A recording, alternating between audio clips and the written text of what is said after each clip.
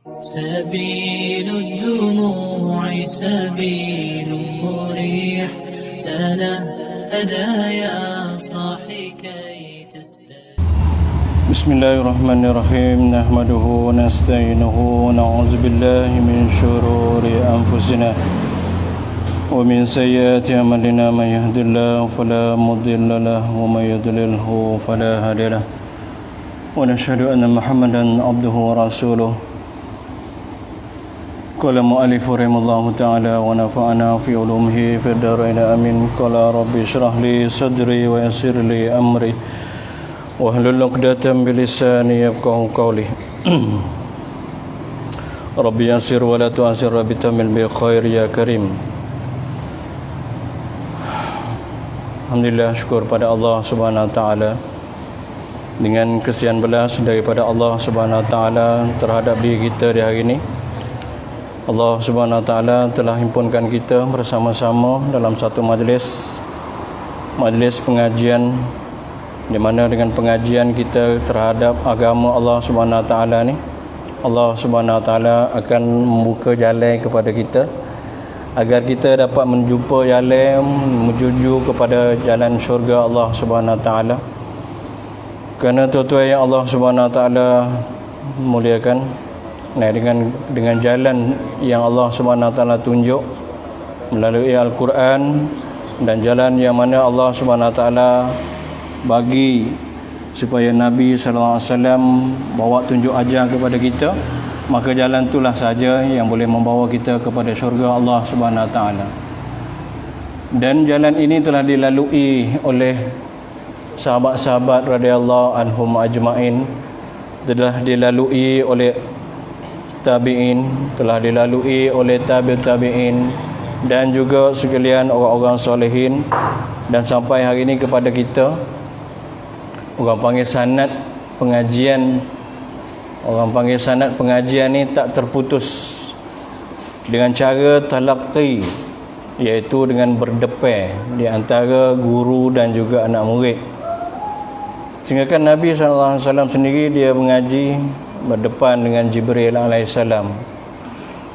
Acap kali Nabi SAW apabila diajar oleh Allah Subhanahu Wa Taala, Allah Subhanahu Wa Taala menghantar Jibril alaihissalam sebagai tunjuk ajar, dan Jibril alaihissalam berdepan dengan Nabi SAW. Kadang-kadang Jibril terus mendatangkan hukum hakam daripada Allah Subhanahu Wa Taala. Terkadang-kadang Jibril datang bertanya kepada Nabi SAW, kerana keilmuan itu Allah Subhanahu Wa Taala telah bagi kepada Nabi SAW sendiri. Kerana keilmuan ni tadi dia ada dua jenis ilmu. Ilmu yang bangsa kepada kasbi, iaitu ilmu yang berhajat kepada kita mengaji. Kita kena ambil diri kita, letak daripada rumah kita, beralih daripada rumah kita kepada tempat pengajian. Tak kiralah sama ada di masjid ke, di pondok ke, tempat pengajian tu kita menghadiri pengajian kita. Tapi ada satu lagi ilmu yang mana Allah Subhanahu Wa Taala bagi kepada orang-orang yang khusus, orang-orang yang dikasihi oleh Allah Subhanahu Wa Taala dengan jalan khusus, iaitu ilmu laduni. Ilmu laduni ni dia bila kasbin, dengan tidak ada usaha. Apabila Allah Subhanahu Wa Taala menghendaki diri seseorang itu, Allah Subhanahu Wa Taala bagi ilmu laduni ni direct, orang panggil betul-betul lah, lalu tidak ada pengajian pada diri dia, tapi Allah Subhanahu Wa Taala bagi keilmuan tu direct daripada Allah Subhanahu Wa Taala. Dan ilmu tu tadi, kita nak kenal ilmu laduni, dia tidak bercanggah, tidak menyalahi dengan hukum syarak. Kalau orang mengaji, maka dengan ilmu yang kita kata, contoh kata bagi diri seorang itu, orang kata, oh dia ni ada ilmu laduni ni, dia ni ada ilmu laduni. Dan bila kita cek dari segi zahiriah dia, maka tidak lari daripada syariat agama Allah Subhanahu Wa Taala. Maka orang itu orang panggil orang yang betul dengan ilmu laduni dia. Tetapi ada satu lagi orang, jenis orang pula, orang yang mana Allah Subhanahu Wa Taala bagi kepada diri dia tu, orang panggil majzub. Allah Ta'ala heret diri dia, sehingga kan akal fikiran dia pun Allah SWT ambil. Allah Subhanahu Wa Taala ambil akal fikiran dia sehingga kan pada syariat dia menyalahi pada syariat. Menyalahi pada syariat. Kita tengok dia kelakuan dia, perangai dia, nampak ada bertentangnya sedikit sebanyak dalam syariat Allah Subhanahu Wa Taala. Kadang-kadangnya orang yang baik ni dia putus diri dia kerana dia gila. Orang panggil majzub ni dia gila. Gila ni tadi hukum syarak tak ditekan pada diri dia, tak ditaklifkan bagi diri dia. Maka kadang-kadang dia ni tak semaya. Ada juga, tapi kerana dia gila. Tapi lepas daripada majzub tu, lepas daripada gila ketuhan orang panggil, gila ketuhan ni, maka dia akan kembali kepada syariat semula. Jadi ilmu ni tadi kita kena faham, ilmu ni ada bangsa kepada usaha, ada ilmu yang bangsa dengan tanpa usaha. Jadi di hari ni Allah SWT letakkan kita dalam pengajian ilmu yang bangsa kepada usaha. Kenapa Allah Ta'ala letak kepada kita ilmu yang bangsa usaha? Kerana kita, kedudukan kita jauh dengan Allah Subhanahu Wa Taala, kerana diri kita cemar dengan dosa-dosa, kerana diri kita orang panggil tak takarub, tak dekat dengan Allah Ta'ala melalui amal ibadat kita. Dengan amal ibadat kita pun sikit sangat. Dengan kita menyebut nama Allah, berzikir kepada Allah Ta'ala pun sikit sangat. Dengan kita bermujahadah dan bersusah payah pun sikit juga.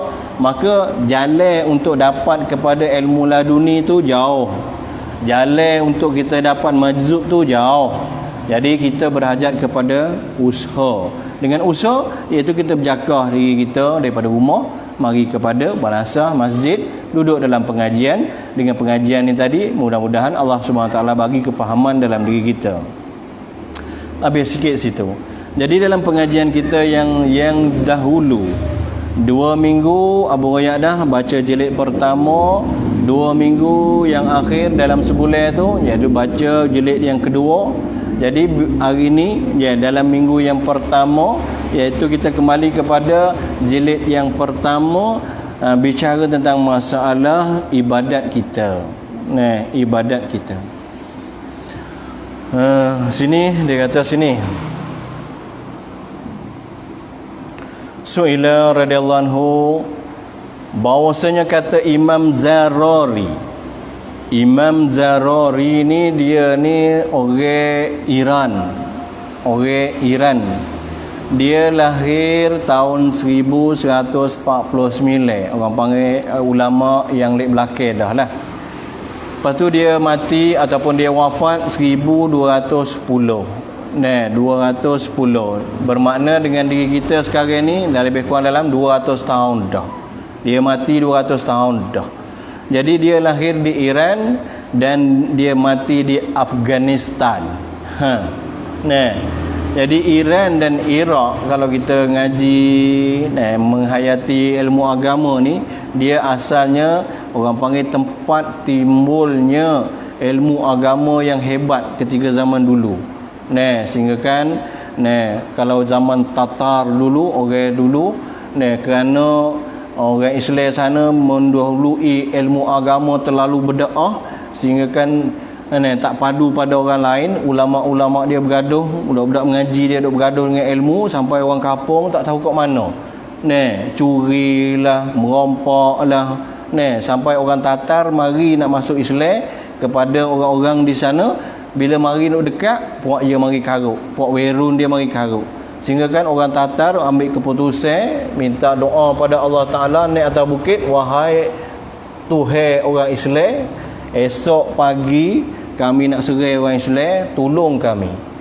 Maka Allah Subhanahu Wa Ta'ala dah janji dah, bila orang yang dizalimi maka Allah Ta'ala akan tolong.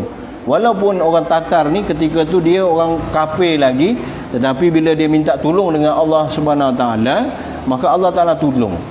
Maka orang Tatar ni tadi telah masuk dalam Iraq, bunuh alim ulama, bunuh orang penduduk-penduduk dia, sehingga kan laut ataupun sungai dek situ maka telah tukar warna, tukar cahaya daripada air cahaya putih jadi cahaya merah. Dan kitab-kitab semua ditambung lebih atas sungai, atas laut tu, sehingga orang boleh berjalan atas tu. Tu zaman tu dulu. Jadi ketika tu Sehingga kan ilmu-ilmu agama banyak hilang. Ilmu-ilmu agama banyak hilang. Tapi ada dalam diri orang. Kitab-kitab banyak hilang. Ilmu-ilmu yang ghalib-ghalibnya, yang kita sekarang ni duk pelik, kita rasa pelik. Pengajian kita rasa puak orang putih ni panas sungguh. Orang putih ni boleh buat kapal terbang, boleh buat tu, orang Cina boleh buat kom buat terosak lah, buat handphone lah sebagainya. Kita rasa pelik. Padahal benda tu ada dah zaman dulu. Zaman tu ada sudah siap dah. Kerana Nabi SAW royak dah. Khairul kuruni. Kurun yang terbaik dunia dan akhirat zaman Nabi SAW. Zaman Nabi ni cukup, semua komplit dah. Dia ajar dah. Quran ni dia ajar dah pada sahabat, dan semua kalau kita tengok hari ni semua ilmu agama mari pada Quran. Orang Yahudi, orang Nasara ngaji pun asalnya kupasan daripada Al-Quran dan hadis Nabi SAW. Ilmu bomo sebut yang dulu apa dah royak. Mari daripada Al-Quran, mari daripada hadis Nabi SAW. Tapi bila mana ulama-ulama ketika itu telah membuat kerosakan, tinggalkan amal ma'ruf nahi mungkar, maka akhirnya kena sembelih, bunuh mati. Jadi di sini riwayat di sini lek belakang dah, orang lek belakang dah, jauh dah. Iaitu 1143 lahir dia dan wafat dia 1210. Nama sebenarnya, gelar dia Imam Zarari, tapi nama dia Abu Abdullah Muhammad bin Husain At-Tamimi. Dia nama dia. Lepas tu dia ni bermazhab dengan mazhab Syafi'i. Jadi ceritanya di sini, Syekh Daud Petani bawa mari sini perkataan dia. Kenapa? Kerana perkataan dia ni orang panggil ada kesesuaian, sung patut juga. Mana tengok.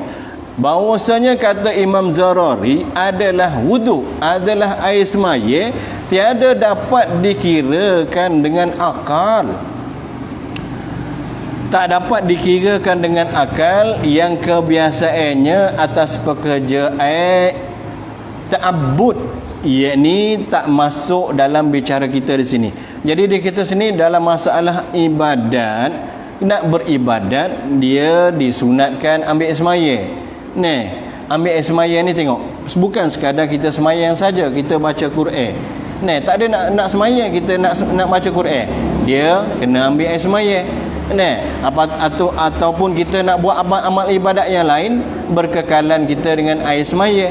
Sehingga kan Bilal radhiyallahu anhu dipuji oleh Nabi SAW. Bila ditanya oleh Nabi SAW, kenapa aku sampai dengar terompah kasutmu, jalan dia dalam syurga, Bilal kata kerana aku berkekalan air semaya. Berkekalan air semaya. Jadi Imam Zarari kata air semaya ni maka munasabah, dia kata wuduk ni tadi tiada dapat dikira dengan akal. Nak kira dengan akal tak boleh. Sebab mana?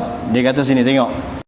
Pertama, a'dha, iaitu anggota, disuruh basuh anggota yang empat itu zahir nyata dia. Kenapa kena basuh 4 anggota ni saja? Yang lain tak kena basuh.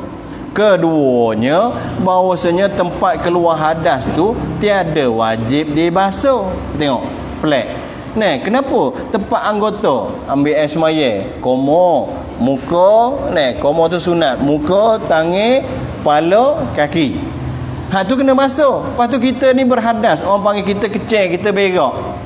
Kecil berak ni orang panggil berhadas. Bila berhadas, nak buat amal ibadat ta'abbud ni tadi, ibadat berbentuk kita takarrub diri kita dengan Allah, disunatkan kita ambil air semaya. Kalau nak semaya, nak baca Quran, maka wajiblah kita ambil air semaya. Maka ke situ, kenapa pula dalam masalah kita kecil berak tak kena basuh? Air nak semaya, basuh tangan, basuh kepala, basuh kaki, gitu saja. Tapi kenapa tak basuh tempat kecil berak tu? Patut tempat tu lah kena basuh. Sebab tu nak ambil semaya tu salah satu daripada syarat untuk sah wuduk kita. Rukun wuduk kita. Tak 4 ni je. Patutnya kena tambah lagi lah, jadi 5. Satu lagi iaitu basuh punggung dulu. Nak semaya kena masuk bilik air, basuh punggung dulu. Basuh muka, basuh tangan, basuh kepala, basuh kaki. Patutnya lagu tu lah. Tu dia kata tak masuk akal masalah wuduk ni, dia kata. Imam Zarari kata. Dia katakan yang kedua lagi, bahawasanya tempat keluar hadas tu tak wajib dibasuh. Tak wajib dibasuh. Kenapa? Peliklah. Serta ada yang berlumur itu di sana. Mana? Tahi lah. Kalau kecil, air kecil lah duk berlumur situ. Kenapa tak dibasuh? Dan segala anggota, iaitu anggota yang 4 itu wajib dibasuh akan dia. Dan tiada berlumur padanya sesuatu. Padahal pada tangan kita, pada muka kita tak ada lah cuma gapuk. Situ. Dan ketiga, bahawasanya ditentukan dengan air itu boleh dengan yang cair yang lain. Tiada boleh dengan air, tiada boleh dengan yang cair yang lain daripada air. Bahawasanya uduk memada dengan air yang busuk lagi keruh, tiada memada dengan air mawar atas kira-kira halusnya lagi nyata baunya tiada jadi. Tengok, ni dia kata ngaji hak depan dulu dah. Air bila mana ada kait lazim. Lazim makna kata kita nak mengenali satu air tu kena sebut benda tu, baru kita kenal. Ada 2 gelas. Satu gelas orang panggil air teh, satu gelas lagi orang panggil air kopi. Bila orang tanya kita, bawa mari gelas ada air kopi, maka kita cakcin dah dengan kata cerak dah, air gelas ni lah air kopi. Kita kenal dia. Dengan sebab dia ada cahaya gelap dia, ada bau dia, bau kopi. Lepas tu dia rasa manis dan sebagainya. Kita kena kenal dia ni sebab sebut kopi tu. Adapun air yang tiada kait lazim, supaya kita kata air laut, kita ambil air laut segelas tak sini, maka orang akan kata apa ni? Air apa ni? Air kosong lah. Orang tak tahu kata air laut ataupun air telaga. Kita ambil segelas air telaga letak maka orang kata air apa tu? Air lah. Maka air tu kita boleh buat air semai, dia tidak ada kait. Tapi bila ada kata air melo apa, supaya saat ni dia kata air mawar. Air mawar ni kalau kita kata sedap, bau dia sedap. Tapi kenapa tak boleh ambil air semaya? Nak kena air semata-mata air ataupun orang panggil air mutlak saja yang boleh ambil air semaya. Imam Zarari kata situ. Inilah sebabnya dia kata. Dan dia kata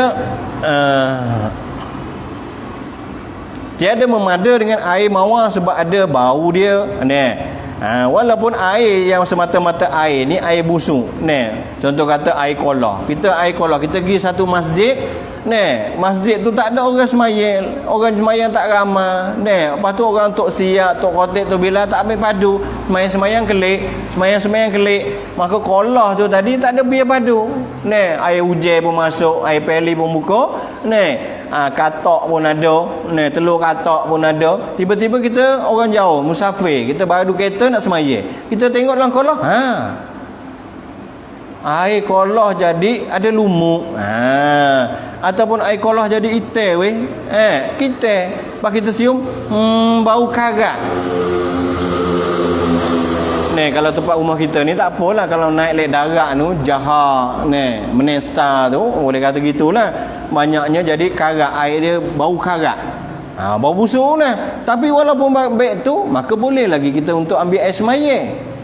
Boleh lagi dibolehkan untuk kita ambil air semaya. Lepas tu kalau kata air tu dia ada warna, supaya ni air tu keruh, supaya air apa, air sungai dia keruh, supaya lah ni musim hujan pergi sungai belakang rumah bemak itu, ambil air semayang boleh tak? Boleh, walaupun dia keruh, walaupun belum muat dengan tanah, tak ada apa, asal jangan orang panggil air tanah, cok beribun situ tak boleh dah lah. Tapi kalau panggil lagi air ni air sungai lagi, walaupun dia keruh boleh lagi. Situ masalahnya. Dan keempatnya dia kata bahawasanya tiada ketiadaan air dipalingkan pada tayamum. Bukan. Dan keempatnya bahawasanya tatkala ketiadaan air dipalingkan kepada tayamum. Tengok, bila tidak ada air dibolehkan kita supaya bertayamum. Tengok dah. Dan jikalau ada yang dikehendaki wuduk bersih, betapa dipalingkan wajib tayamum, kerana ia mengkotorkan anggota. Kalau kata wuduk ni dengan tayamum, Walhal pada yang kita mengaji cerak dah bila kata ada air, tiba-tiba tidak ada air, maka bolehlah kita bertayamum. Tapi kenapalah sampai bertayamum dibolehkan, wajib bertayamum? Kenapa boleh wajib tayamum? Walhal tayamum ni dia mengotorkan tubuh badan kita. Dia kata situ. Habis, kita baca sampai habis dulu. Dan kelimanya menjadikan menyapu atas zuhir khauf, menepati tempat basuh akan dia, dan iaitu tiada dapat dikiranya maknanya. Ni orang panggil masalah agama kita ni nak pakai akal tak boleh. Ada satu perkataan daripada Ali radhiyallahu anhu. Ali kata, walau kana dinu birra'yi lakana asfal al-khauf aula min bil mashi min a'laihi. Wa qad ra'aitu Rasulullah sallam yamsi ala zuhri khaufihi. Ali radhiyallahu anhu dia kata, tak boleh pakai akal. Agama ni nak guna otak tak boleh. Kalau dia boleh guna otak, habis dunia ni habis lah. Nak kata tak boleh pakai otak biasa. Nah, dia kata aku telah lihat Nabi SAW dia pakai khauf. Khauf ni stoking kulit. Stoking, cuba stoking lah, kita punya stoking ni, tapi dia buat daripada kulit, ada zip. Ni ada zip, ada kacing. Lepas tu kita pakai dia tu bila mana? Bila kata kita sejuk doa, kita katuk kaki kita. Sejuk ni tadi, kaedah sejuk ni, bila kita sejuk, dua kaedah. Satunya kita katuk kaki kita, kita pakai stoking. Yang keduanya kita katuk telinga kita ni, lubang telinga kita ni kita katuk. Maka tubuh kita akan panas. Sebab itu dalam Islam dia suruh kita pakai khauf. Bila pakai khauf ni tadi, stoking kulit ni tadi, maka bolehlah kita ambil air semaya. Mula-mula kita ambil air semaya, lepas tu kita pakai khauf. Pakai khauf. Bila pakai khauf, kita kentut. Kita kentut. Bila kita kentut, di situlah mulanya kira kita pakai. Bukan kita pakai saat ni tu. Walaupun kita pakai pagi tadi. Lepas tu tak ada uzur, tak ada gapo-gapo. Ketuk dak, ambil kita kecil pun dak, kita berak pun dak, kita tak sentuh orang tina, orang perempuan. Lepas tu bila mana kita sampai paling petang dah, baru kita rasa apa? Kita kecil. Bila kita kecil tu, baru situlah kira kita pakai khauf. Pakai khauf ni mana? Kita orang mukim ni dia boleh pakai 3 hari. 3 hari. Lepas 3 hari kena pecah, kena ambil semayang, sapu kaki semula. Jadi dalam 3 hari tu kita semaya, kita boleh sapu atas khauf kita. Sapu saja air, kita ambil air, semua dah. Basuh muka, basuh tangan, basuh kepala. Lepas tu kita nak basuh kaki. Tapi kaki kita ada khauf, maka khauf kita ni, stokin ni tadi, tapak dia dengan atas dia, maka sekadar kita sapu di atas ni saja. Cuk, sekali sapu pandai dah. Tak kena 2, 3. Lek bawah ni pun sekadar sunat je boleh kita sapu. Jadi cara dia, lek atas ni kita naik lek atas, lepas tu lek bawah ni kita hulur ke depan. Tu cara untuk pakai khauf. Ambil air semayang, sapu atas khauf. Lepas tu Ali kata, kalaulah bagi ni jadi pelik, jadi mana kata agama ni boleh pakai khauf, pakai otak, kenapa kena basuh atas, basuh bawah lah, bawah ni cemar. Pakai khauf ni kita pakai stoking dah. Lepas tu kita jalan atas ni. Jalan kalau ada selipar tak apa, tak ada selipar kita pakai jalan lagu tu tak apa dah. Supaya alas kaki dah. Lepas tu kenapa kita bila nak ambil semayang sapu di atas ni sana, ni jadi wajibnya sapu. Bawah ni sunat. Lepas tu kalau tak sapu ni tak ada apa. Tapi kenapa tak sapu bawah? Tak jadi wajib basuh bawah ni. Sapu bawah ni. Kenapa wajib basuh atas ni je? Tu Ali kata, agama tak boleh pakai otak. Lepas tu nanti ada di belakang jawab ni, nak kata rat ataupun bangkang menentai atas perkataan orang saat ni. Orang ni orang alim ulama. Jadi nak menunjukkan sini bahawa kata perkataan tubik daripada ulama ni macam-macam baik.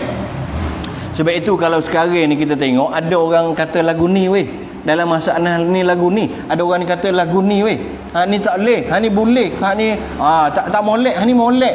Kok mana tu mari pada ulama belaka? Tu orang panggil khilaf ulama. Ikhtilaf ulama, bersalahi ulama. Dia bukan khilaf tapi ikhtilaf.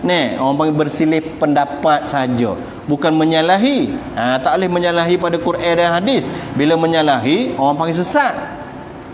Ulama dia tak sesat, tapi dia apa? Menyalahi pahaman sikit sebanyak saja. Tak lari daripada Quran dan hadis. Jadi bila kata gitu, nampak pelik kenapa kena basuh atas, tak basuh di bawah dalam masalah basuh khauf?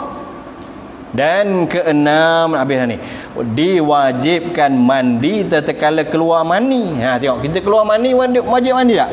Mandi wajib lah. Untuk apa? Untuk semaya kita. Tak semaya, cuba kita malam ni kita bersetubuh dengan bini kita. Bersetubuh. Lepas tu kita tak ada nak semaya. Subuh lambat lagi, kita tidur dulu. Boleh tak? Boleh, tapi makruh. Makruh ni apa? Makruh ni dia tidak berdosa, tapi tinggal dia boleh pahala. Tinggal dia boleh pahala. Maka kita ni orang panggil kita tidur dalam keadaan Tuhan tak kening dengan kita. Bukan kata berdosa, tak berdosa, Tuhan tak kening dengan kita. Ataupun kita lepas bersetubuh kita minum air. Tak agak air. Tak agak minum air. Minum air tu hukumnya makruh. Makan makruh. Hingga kan berkecek ni pun. Kita berbuah-buah. Lepas pada tu bini kita duduk nyeng-nyeng dalam bilik tu, kita tubik luar. Rasa masuk kedai kopi sekarang, gitu tak mutuk yang masuk kedai kopi. Buah dengan orang. Tu hukum makruh lagi tu. Lepas tu lagu mana? Masalah ni, jadi kalau kita nakkan semaya, barulah diwajibkan kita mandi, bersegera mandi. Kalau tak ada caping benda tu, tak wajib bersegera mandi. Habis itu. Jadi bila kata bersegera mandi tu, bila kita nak semaya, mandi bila kata kita keluar mani, dan keluar qada hajat kecil atau besar dipadakan dengan wuduk. Kenapa? Ni tubik air mani, nampak air juga tubik daripada kemaluan depan kita tu. Tapi kenapa dalam masalah kecil dan berak ni padan dengan wuduk patut kena mandi juga.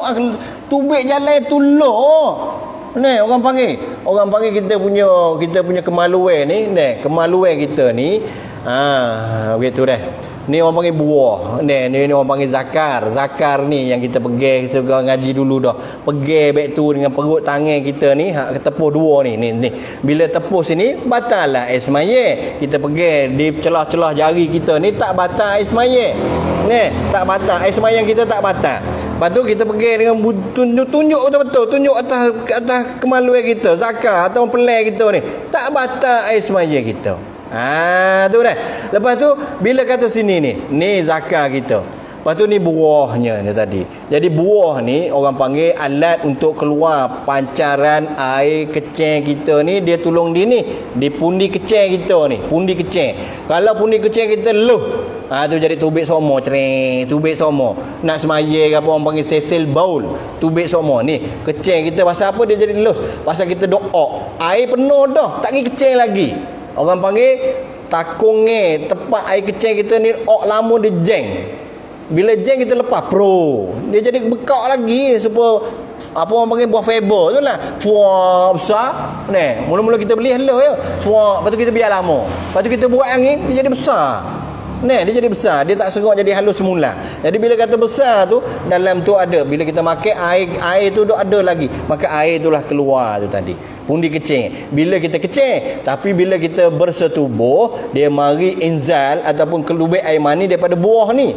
Buah ni kalau sihat, maka buah ni menyebabkan dia pong air mani kita tubik derah. Kalau buah ni dia tak sihat, dia tubik cerek. Tu cerik sikit je. Maka buah ni tadi, urat buah tu kita kena jagalah. Ayuk.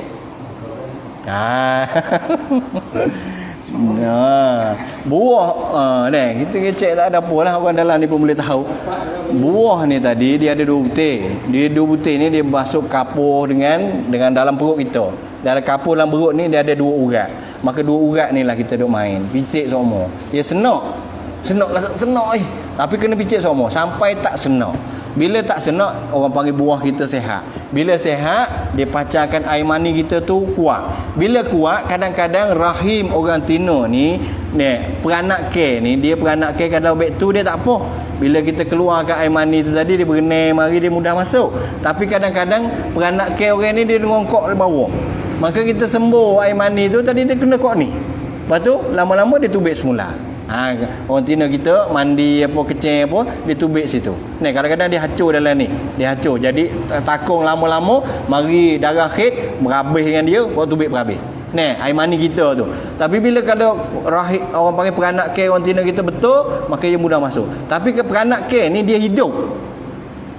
Nak tahu orang nak boleh anak tak boleh anak. Pengaji jugalah. Baik tu anak 8 orang ni. Ni, baik no Ni. Ni, jadi baik no. Ni, orang panggil peranak ke ni bila dia subuh. Tubuh orang Tina ni dia subuh dia akan turun. Dia akan turun, dia dekat dengan kemaluan dia. Tapi bila dia tak subuh dia naik atas. Dia naik atas. Ketika dia naik atas ni, kita tak kuat tu cerek-cerek sini je lah. Tapi bila kalau kuat tu dia sapa. Dia sapa sini. Mudah boleh anak. Dia hari ni orang sampai takut nak beranak makan makan apa? Yakum. Orang panggil perancang keluarga. Tak say anak. Ada juga. Di atas butir tu lah, butir di atas dia tu. Nak sampai kepada batai tu lah, dia ada butir tu. Kena main sampai tak senak. Kalau senak merah. Tak larat. Butir betul-betul di atas butir tu. Nanti lu tagi-tagi malu kau orang ni lah esok ni. Habis. Lepas tu dia kata lagi. Habis dah. Jadi orang panggil kecil, berak. Patutnya kena basuh jugalah, kena mandi jugalah. Kenapa tak kena mandi? Sekadar tubik air mani, tubik pada situ je kena mandi. Tapi kenapa kecil dan berak tak kena mandi? Tu orang kata tak kena dari segi akal, kita tak boleh terima ni. Di situ Syekh Zarari bagi tahu, iaitu menyalahi fikir akal, kerana mani lebih ringan lah daripada qada hajat kecil berak tu. Kecil berak tengok air kecil kuning, lepas tu kalau kecil pah duk lama air apa mozaik kita, bila air kita haring lepas tu kuning. Lepas tu kalau lama-lama sebuah tempat kita pom minyak ke apa, kalau orang dia tak basuh, kena kukukkan bersih. Kalau kita kata jamai kita lama-lama kita pecah jamai, tengok berkerak orang panggil. Dia punya tar dia tu. Orang panggil pati dia. Lama-lama kelamaan tu jadi lagu tu. Lepas tu kalau tahi, tahi ke. Setengah-setengah tahi kalau berak tu makan tak molek tu ke, basuh tangan pun baru lagi. Basuh bau lagi. Ada bau lagi. Orang panggil busuk budak. Tapi kenapa sampai tak kena kita mandi, kena buat pada dengan ambil semaya je? Kenapa pula dengan keluar mani kena mandi? Tu mana kata tak boleh masuk akal tu. Ni jawab dia. Perkataan dia tadi, apa yang dihuraikan dia tadi sampai nekara tadi, maka dia jawab. Ni kita nak faham sini. Kalam Imam Zarari ditolak yang berkata mana ditolak, tak boleh pakai kalam dia ni, tak boleh pakai. Mana yang berkata tiada dapat dikira dengan akal itu hanya sungguhnya adalah dapat dikira akal padanya. Kata tadi dia kata tak boleh terima akal, sebenarnya boleh kira. Mana? Kerana yang adalah pada anggota uduk itu banyak data yang jahat. Tengok. Bukan masalah kata yang pertama tadi. Kenapa dia kata basuh 4 tu? Patutnya basuh lah. Apa tadi? Yang mana yang pertama tadi? Kenapa basuh 4 tu Lepas tu tak basuh tempat berak, tempat kecil. Situ dah. Kenapa tak basuh tempat berak, tempat kecil? Sebab situlah sebenarnya cemarnya, dia kata situ. Lepas tu dia kata sini, sebenarnya anggota wuduk itu datangnya banyak hajat. Banyak datang yang jahat daripada anggota pak tani. Kerana muka itu tempat keluar perkataan yang jahat. Dalam muka kita ni ada apa? Ada mulut. Mulut dia mengumpat orang, mulut dia caci orang, mulut dia kecek bohong. Mulut ni ada. Lepas tu ada apa lagi? Dan banyak memandai, menggelih, tengok barang yang diharam. Mata kita ni. Dan 2 telinga. Pegawai membuat kesalahan. Telinga ni orang panggil tolong. Dia tak buat. Contoh kata dia tak buat. Orang ni dia mengumpat. Dia tak mengumpat, dia duduk dia. Tapi telinga Telinga yang dengar ni nak kata tak boleh. Super perah boleh katuk super katuk gitu. Tak boleh orang ni dia betul-betul lah. Lepas tu apa yang orang kecek, apa yang keliling kelala dia musik tu dia dengar lah. Lepas tu dia ni tolong dengar. Ni maka telinga pun kena basuh. Dan pada kepala tempat mendengar perkataan yang ditegah, dan dua kaki pegawai. Pegawai bagi yang demikian. Jadi tolong juga buat jahat. Kaki ni lah tu, orang kata, contoh kata kita nak pergi mencuri, orang mencuri, tangan nak mencuri, kaki buat pergi. Kaki bersakuk juga. Dituntut membasuhkan dia kepala, tangan, muka, kaki ni disuruh basuh supaya suci baginya daripada yang datang kejahatan daripadanya. Dan tatkala adalah kepala pada golibnya terdapat ringannya kepala ni lihat atas ni kepala muka ni banyak dosa dah buat. Atas ni gapun kepala ni ringan, hukumnya dia tak berat ke dia tu. Dengan memada sapu saja tak apa dah lah. Atas ni sapu saja tak apa. 3 lah kita sapu rambut tak apa dah. Ni mazhab lain 2/3 daripada kepala kena sapu. Tak ada apa lah. Tapi orang panggil satu hak ni pasal dia tak salah banyak, sapu sikit tak padan lah. Tapi ada pun muka, tangan ni kaki kena basuh sungguh-sungguh, meratai air sampai kepada kulit. Apa saja yang menegah maka tak boleh, kena buai dulu. Dan dia kata lagi, dijawabnya pula yang kedua, bahawasanya tempat hadas tiada wajib dibasuh. Mana jubur tu lah. Lepas tu kemaluan kita pelai tu tempat kecil, jubur tempat berak, hak tu tak wajib basuh kerana pendapatan itu lain daripada demikian. Hak tu orang panggil tak ada sakut paut dalam masalah kita nak beribadat pada Allah. Situ memang cerak dah kena basuh. Kalau kita berak tak basuh, orang panggil gapo budak orang ni nak kata gila.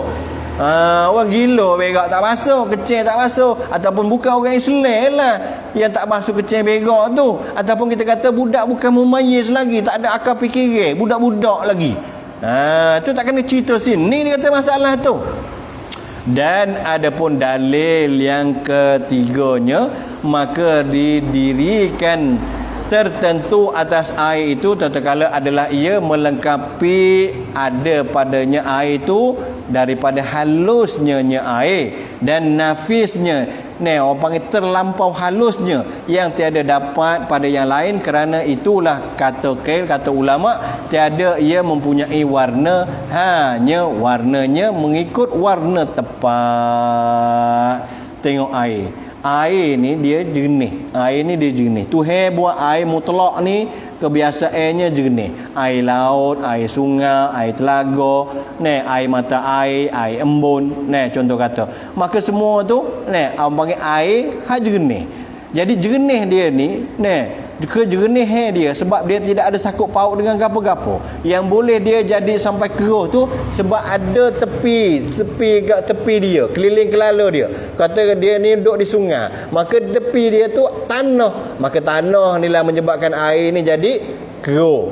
Ataupun sungai, apa ni panggil sungai, air jadi hitam sebab tanah itulah yang menyebabkan air tu jadi hitam. Sebab air kolah ni tadi, kolah dengan lumut itulah yang menyebabkan dia jadi hijau. Tetapi pada asalnya iaitu dia ni air ni orang panggil diri air ni dia jernih. Jernih orang panggil. Sebab dia halus dalam situ. Sebab itu kalau dalam dunia ni, kalau kita nak tengok dalam air banyak air dalam dunia ni, air mana yang paling bersih, paling suci, paling molek, iaitu air telaga Zam-Zam. Sampai orang Jepun, orang Jepun dia periksa air telaga Zam-Zam ni, tidak ada dah air dalam dunia ni yang lebih bersih, yang lebih suci, yang lebih elok melainkan air Zam-Zam, air telaga Zam-Zam. Situ belajar banyak dah Dan dikata, dan dalil yang keempat adalah asal wuduk itu menuntut bersih, maka yang demikian itu tak dapat tiada daripada air yang tatkala ketiadaan air digunakan dengan tanah. Tu masalah tayamum, tak apalah kita hubung esok dah. تنحى يا حزن واهجر فؤادا توكل بجد بعزم فصيح فإني علمت